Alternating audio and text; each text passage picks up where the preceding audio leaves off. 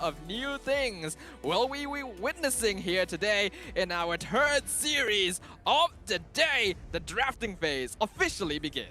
All right, let's jump right into it. It's going to be Team LUNATIX on the blue side with Team CARACAL on the red side here. The bans have already commenced, and they're fast on this. It's going to be Esmeralda and Akai coming in from Team LUNATIX, priority being passed over to Team CARACAL, as Valentina has already been banned. The fans, they are well integrated with these teams. No rain, no party. Yep, I do always enjoy seeing the fan interactions out there. You guys, I think you watch a lot more MLBB than even some of us here on the caster desk do, so we'll be relying on you guys for all the hot information and all the best memes. Without further ado though, we're already seeing 3 heroes being banned out. These are heroes that are becoming quite prevalent here. The Akai, Fairmiss, and Valentina having pretty high ban rates overall, but it is interesting that Esmeralda would be so quickly banned out. Well, I think there is an idea coming around here. Either they are prepared and they know Sino Meows. Oh man, I can't believe I have to say the full name. I'm not going to say the full name every single time. Well, maybe we'll think about it as we get into game. But Sino specifically, his hero pool, he is known to be the king of Cho. He was the one trick before he expanded his pool in the professional scene. So maybe Team LUNATIX has more insight on Team CARACAL than we would like to believe. In addition to that, we can actually see from the roles above the players that Team CARACAL are fielding 2 EXP laners, Rash and Sino. So one of them is going to need to swap things up here in this game. That's true. Let's see what the final ban is going to be. I'm honestly, despite the reworks that have happened, we haven't seen too many of the newer reworks other than Fairmiss, right? Especially in the ban phase and the pick phase since Friday, right? So it's Leomord as well as Vixana, which haven't been touched whatsoever by any of these professional teams on the main stage. You could argue the same could be said about the revamp for Leomord, because it doesn't really feel like he's been touched very much. Yeah, that is true. With the first pick, it's going to be Fanny finally getting led through the draft for the first time today. Team LUNATIX instantly snapping this up, and I'm honestly very excited to see this. From his performance in the qualifiers, Amal is very familiar with playing on these assassin heroes, so Fanny shouldn't be too out of his ballpark. I totally agree with that one. I think this is one of the few situations whereby Team CARACAL, it's either they look for single target lockdown or just hard early game assassinations, because again, Fanny is very much dependent on that purple buff. You shut down the purple buff, you shut down a lot of her presence across the map. And we'll see whether or not that's the choice here. They're gonna start things off with Brody. This is a very comfort pick for Zed. Obviously, previously when he was with Suha's Esports, the Brody was always the fallback plan if they didn't have other marksmen to go to. And even when they have every other marksman to go to. So Zed looks like his hero pool looking to be pretty similar overall. And the Julian getting let through the draft means that the team is going to pick it for sure. Oh wait, now that I think about it, in terms of the ban, sorry, not draft, Wanwan has been let through. So let's see if Team LUNATIX actually want to take it up, but they're going to get the Thamos first, as well as the Lilia. Wanwan not touched just yet, and I don't think Team CARACAL are planning to go with double marksmans this round. Yeah, the 1-1 is not going to be picked up by Team CARACAL. So the big question is whether or not they want to ban it for the second phase, because Team LUNATIX hasn't actually picked up their gold laner just yet. But we can actually see that from their lineup as well. Team LUNATIX, they're not fielding Flint today. They are going with the original 5 members of Team Lama today. That's good to see. That's good to see. That means it's the team with the most amount of synergy together. And I think that's a really important factor, because they want to start off strong as well as show a good performance here at the MPL, especially for their debut game. Well, with Ling being the final pick from Team CARACAL in this first phase, that's going to be 2 very mobile assassins going head to head. I'm honestly really interested to see a Fanny versus Ling, and it's not often you get to see that on the Land of Dawn. Yeah, no, it really isn't. And I think most of the time, Fanny usually is able to get away before Link can actually look to punish. But again, that's 2 very purple buff reliant junglers on either side. Beatrix, the following ban coming in from Team CARACAL, I wouldn't be surprised if they get rid of the Wanwan too. The fact that they're banning Beatrix before a 1-1 leads me to believe, though, that Team CARACAL may have information that we don't. It's possible that Mint simply doesn't know how to play 1-1, but we will find out. Now it's Team LUNATIX's turn to ban. We can see Team CARACAL, they have their mage. I'm pretty sure Julian will be going mid lane, as well as the jungler and gold. So the EXP lane is going to be focused down here with Phoveus getting banned out. Huh, interesting. Does LUNATIX want to take away Cho, possibly from Sino, or at the very least just hold it on as, you know, I don't want you to have a potential counter pick for my Fanny anyway, so it's better to have it rather than let it through. The Cho would be a pretty good shout. We've already mentioned that Sino's very comfortable on it. Optionally, they could also consider the Ruby. Not really seen quite as much, but still a very good Fanny counter. It's just that the lane against Hamas is kind of rough, so probably not likely. All right, with 1-1 finally getting banned out here, and I feel like a missed opportunity for Team LUNATIX to actually pick up the 1-1. Well, you win some, you lose some, as Team LUNATIX ban out the Cho now. Okay, so they are respecting a little bit on Sino here, and it does make sense because we would have a bit more information on Sino as compared to a lot of these other players simply because he has played in the MPL before. So now that these heroes have been banned out, what is going to be the pickup for Team CARACAL? Cho, a very obvious counter to the Fanny with the Way of the Dragon, has already been removed from the pool. I think they do definitely need a tankier option right now. Their roamer is still missing, and most of their heroes are kind of squishy. Franco. No, they would decide to Really? go for Rock. Wow. Okay, so, they've got some pretty good engage here. However, Fanny is still going to be a majority of the problems. Team LUNATIX on the other side decide to go for Masha. I think that this is a really good option considering that Rhodey doesn't really do much against the Masha and doesn't have enough DPS to try and burst down, especially with the torn apart memories against 3 health bars. That's kind of a bit too much to deal with. But that is also what Masha picked up when you already have a Tamus, and it's not as if Tamus is going jungle since you have a Fanny. Is this a roam Masha? It is. It's a roam Masha. It has been such a long time since we've seen that. And Clint, the final pick for Team LUNATIX. All right, it's going to be extremely important because Team CARACAL, when they locked in their support of Grok, yes, he's got big boy damage, but at what cost? Will this Masha be able to chunk down Ling enough to threaten him and deny the purple buff on the first level? We're gonna have to wait and see. There's still a possibility, actually, that this Grok is EXP lane, though. That's a good shout, too. Franco is actually still open if they want to pick it up to counter the Fanny. Would be good to catch out the Clint with as well. Okay, looks like it's not. I was thinking maybe Valir, if anything, if they really needed to deal with something, to deal with this Masha very quickly, especially at level 1. But it looks like Team CARACAL are confident that they should be fine and they will be able to move past it. The Uranus, super safe in the EXP lane.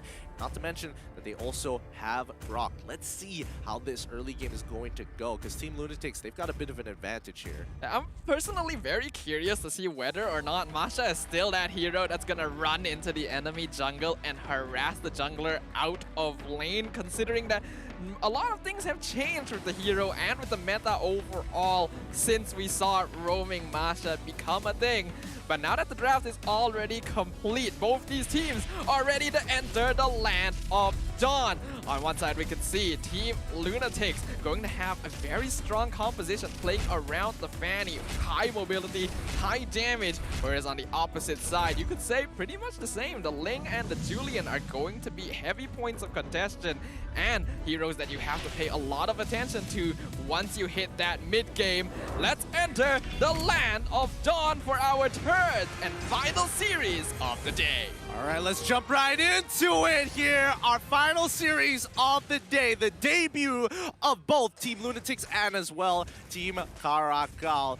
And Yamichi immediately, wait, hold up. Is Yamichi going to steal this away? Yeah, he's going to steal this purple buff away. And does Bad Boy know? And Sino!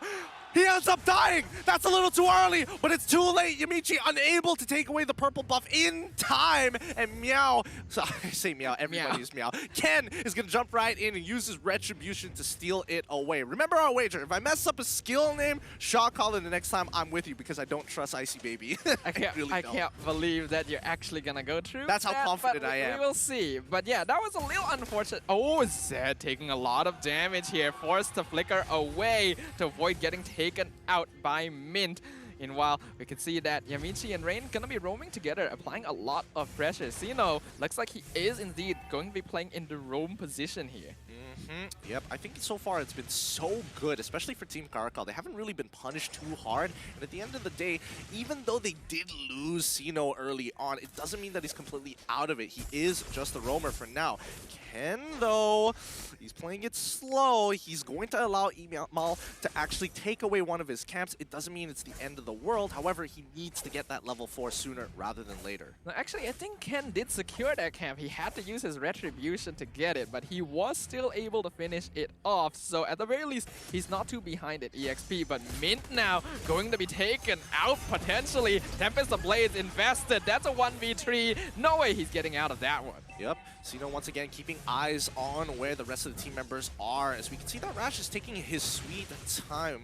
He's going to use his Ionic Edge, slowly stack it up as much as he can, but I don't think they can really contest. Oh, it looks like they might contest for this, but topside takes a trade. Bad Boy is here, and it's going to be Imal taking his time, waiting for the right moment, takes away the turtle, they back off, and now this game is looking to be very bloody. Yeah, both teams are just out for blood right now, and just as we mentioned that Goldie Luck going to be the next target. Luckily, it is a Tamus, very difficult to take out. In terms of emblems here, we can see that most things are pretty normal, but we can see that Amal has elected to go for the high and dry on Fanny rather than something like the killing spree. I guess he really wants to win the lane, but I don't know. I think there is a world where Weapon Master might have been better, but let's see this engagement here as Xeno does see the potential dive coming in from TL right now. As they start taking away camps and taking away space, we can see the movements coming across the team. They notice that, you know, the orange buff has been taken away. Zed has to somehow lift this. Flickers away as Yamichi wants to go for it. There we go. The dive successful coming in from Imal. But they find the trade on one. The double kill from Fanny's. The steel cables out of control. They cannot keep up with his pace, but they will take one in return with the chains, the enhanced chains from Bad Boy taking out Rain. That was a bit of a miscalculation from Rain there. He did not need to die to Bad Boy, and that's going to be a free kill going over to Team CARACAL. But right now, LUNATIX are in control. Despite what happened in earlier the game, they have a 1.2k net worth lead, and they are going to be making use of that. The Fanny currently 3-0. Yeah, now Imal has to really snowball this lead because Fanny falls off super quickly in the later stages of the game. So once mid-game comes around, which is going to happen in about 2 minutes or so, he really has to make an impact. Either really shut down Ken or look to start punishing Zed specifically. He's already 0-2. Pushing him further into the dirt is definitely going to help the LUNATIX. Yeah, absolutely. And that's what they want to try and achieve here. Something to note is that both these junglers are heavily dependent on their purple buff. So whoever is able to get a notable advantage against the other is going to be able to steal the enemy's purple buff a lot more effectively than the other. And Xeno gonna fall once again to Rain. Yeah, Rain is just picking him off every single time. The magic damage is useful, but now Rash, he's got to play this slow. He's already used the... Wait, hold on. Bad Boy, he gets locked down by Goldilocks, and now the Tempest of Blades to escape, but Rash now, it's too late for him. He's trying to run, but Uranus just refuses to go down, and Team LUNATIX, hands off the wheel, don't want to be involved no longer. Another turtle gonna go the way of Team LUNATIX. Really well done. You can definitely see that there is a sense of coordination between Team LUNATIX. After all, these 5 players have played together for a very, very long time. They are familiar with each other's mannerisms and know exactly how they want to engage here. Yamichi might be a little out of position. Yep, Imal, he's going straight for it. Zed tries to juke with the brush, but it's too late. Imal sending his cables and covering the most ground as he possibly can. And Xeno is here to disengage. Guardian's barrier is already up to ensure that he can't go through. But Yamichi jumps right in, ensuring the death. Ken trying his best. Tempest of Blades has been dropped as Bad Boy Meow is getting right into the middle of it. Ooh, the trapping recoil doesn't connect. Lucky him. A good flicker. Yeah, but being forced to use the flicker in that situation is not going to be ideal. We can see in terms of the gold ranking right now, the highest gold is actually Rain, the mid laner from Team LUNATIX, followed by Min. In comparison, Zed, considering how much pressure he's been under, is in the bottom half of the lineup. This is not ideal for Team CARACAL's gold lane. Yeah, it truly isn't, especially since that, you know, Zed technically wanted to win his lane hard. This is going opposite of what he wanted. Now, Sino now in some trouble, already down to 50% HP, uses the wild charge to get on out of there. Not the unstoppable force, but it's too late. Imal is too big, already getting the free execute onto Zed. Doesn't have a chance to fight back. And a beautiful thunderclap from Yamichi as well on top of Ken to make sure that the lane wouldn't be able to follow up onto Amal, who was on very low HP, knocking him off the wall before he could complete his animation. Team LUNATIX right now doing an amazing job. Yep, I mean, LUNATIX are all across the map, and they're really pressing this lead that Imal has right now. 5-0-0, hasn't gotten a single death. These neutral objectives are uncontestable, but Team CARACAL in a bit of disarray here. As, you know, looking for these big engages, but unfortunately, Team CARACAL can't really do too much about it. Team CARACAL, though, do have pretty solid late game scaling with the Uranus and the Ling. Not to mention, if Zed is able to start picking up some items, the Brody is quite difficult to contest as well. So Team LUNATIX need to make sure they hold on to this lead. Looking at the items here, we can start to see why Amal went for the high and dry. He first itemed the Malefic Roar. That is respectable. He did go... Oh, wait. On top of the... He goes for the Malefic Roar, decides to get the Blade of Hephaestus on top of it now. He's got plenty of damage, but the same can be said about Ken. He did get his Berserker's Fury, and ideally he should have enough damage to take out some of the squishier targets. But Rash taking a lot of damage. Imal now trying to finish him off, but he's just too tanky. That's Uranus for you, going to be able to pop the incandescence and get out. Amal dropping real low to Ken, but he will be able to get away. And Goldilocks doing a very good job of buying time yet again. I don't know if Ken just didn't finish his boots until now where he swapped it, but he did actually just get a tough boots. Yes, he was holding on. He was holding on to his regular boots. Didn't want to upgrade it until he could rush his core items, the Windtalker as well as Berserker's Fury. Speaking of which, Bad Boy now looking for an opportunity here. Yamichi continuing to taunt his opponents as Goldilocks is going in his 1v1 against Sino. The Wild Charge comes through onto Goldie. He pops his ult. He's trying to get into the middle of it, and that's where you find it. One kill onto Sino. Rush the next to fall as they run them down the mid lane. Zed has no spells left to save his life. Bad Boy gets a good sidestep, but he watches 3 of his teammates get cut down. Just utter and complete rundown from Team LUNATIX. Usually you'd want to be a bit more careful engaging under the tower like that, but nope, they just rush straight in. Having the tanky front line of both Goldilocks and Yamichi is just so disruptive and creates a lot of space for Amal and Rain, setting things up for the next Lord. Yep. Now, Sino, I think he's just been having an overall rough game. 0-5 already. He's not as tanky as you'd like to be, but the Molten Size pulls him backwards, and now he's forced to use the Wild Charge to get out of there. Goldie is on his tail, but Rash has to body block whatever he can to allow his support to survive. Orange buff given over to LUNATIX. This is looking pretty bad for Team CARACAL. Right now, they don't have control even on their own side of the map. Zeno not being able to do much with this Grok pickup is causing them a lot of issues because there's just no good way to engage, and LUNATIX is too tanky. Yep. Oh, this is a good move coming in from the LUNATIX. They're going to reset aggro on the Lord because Team CARACAL, they can't afford for them to steal this away. They want to have this to be a clean game. Rash going to slow down Yamichi, taking down 2 of his health bars, and now Yamichi is going to have to pull back, recharge, and now we're back to square one.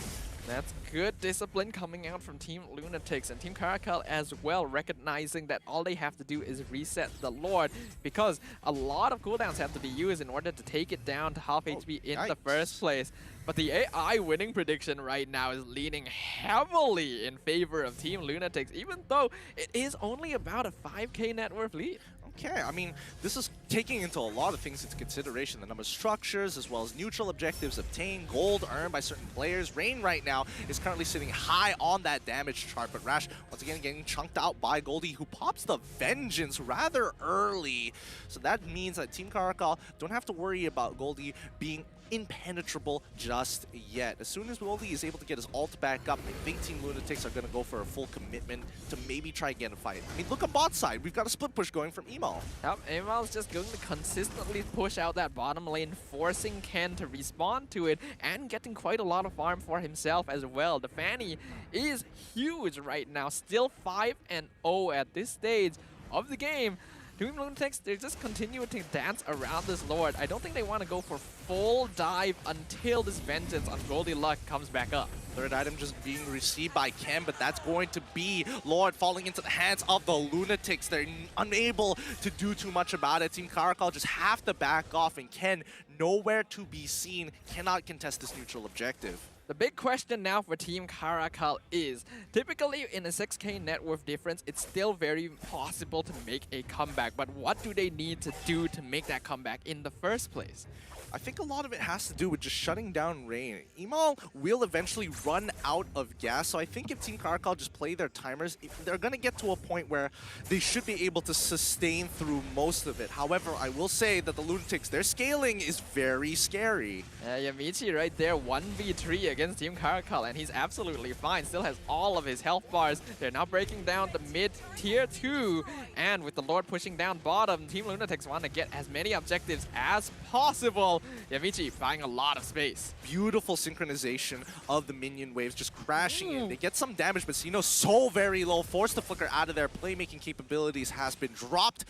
Now the second wave comes on through, and it looks like TL, they want this mid inhibitor. They've invested so much in it. Bad boy looking for an initial pick, but Goldie refuses to fall into the enhanced chains. It's so close to being destroyed. That was actually really impressive response timing from Team LUNATIX as well. Mint especially being able to use the trapping recoil to dive backwards right at the same time. Bad Boy jumps in for the enhanced chain. It's very difficult to spot out the Julian in that big mess of heroes, but he was still able to make sure he wasn't hit by the big ultimate. Sharp eyes and fast hands. Team LUNATIX continue to prove why they are here in the MPL.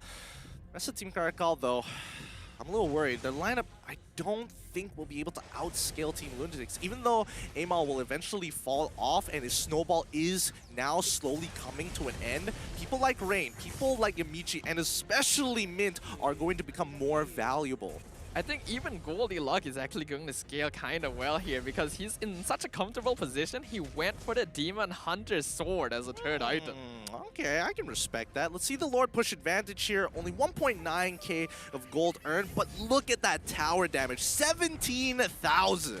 Yeah, that's comfortable for Team LUNATIX with the first Lord of the game as well. Right now, they're just consistently pushing and pressuring Team CARACAL, not allowing them to get farm from the jungle. And Yamichi, Goldilocks, again, doing such a good job of just being distractions. It's impossible for Team CARACAL to take out either of these heroes unless they invest all 5 members. I think right now Team CARACAL is waiting for Team LUNATIX to make a mistake. So the onus is on TL right now. With 8 more seconds, the Lord will spawn, and Yumichi continues to taunt his opponents, trying to bait Team CARACAL into a fight that they cannot win. I mean, first of all, Yumichi is pretty unkillable right now, but they do force the Tempest of Blades coming out of Ken so far, but nothing else. What I have to question about Team CARACAL's draft is the fact that they really decided not to go with more CC for the Fanny. They last picked that Uranus and the Grok as well as their tanker when they know they have to deal with this hero. And you can see that Emal is having free reign of the map. Can they punish this, however? Can they punish this? This is looking a little too close for Compertino. Tries for the steal. It's too late. Emal gets a monster kill as he takes the Lord away. And now this is go time for Team LUNATIX. I just can't help but think that Team LUNATIX are dangling hope in front of Team CARACAL. You can see that Emal purposefully is slowing down his Lord take to try and bait people to engage on him. And as a result of that, they find a kill on Ticino, the Grok. Just not having a good game. Team LUNATIX living up to their name. They're kind of crazy, you know what I'm saying? They're kind of crazy. As Emal not getting his last item, he's going to get the immortality. And now for the final push here, Team CARACAL must defend this to get to their final item power spikes. Team LUNATIX, this is prime opportunities for them to end this. Lord now gonna crash into the mid inhibitor, instantly destroying it, and Ema comes in. They're aiming down Rash. Uranus doesn't matter. Godlike going over the Fanny as now knock up from Xeno. Not going to do too much, but Yamichi finally falls for the first time in a while. Xeno gonna be taking a lot of damage. They actually get one more kill, but a mega kill going over the Rain, and the crystals is completely exposed. Team LUNATIX gets a handy victory, breaking straight in. That's going to be the first game for Team LUNATIX, and they are happy about that victory.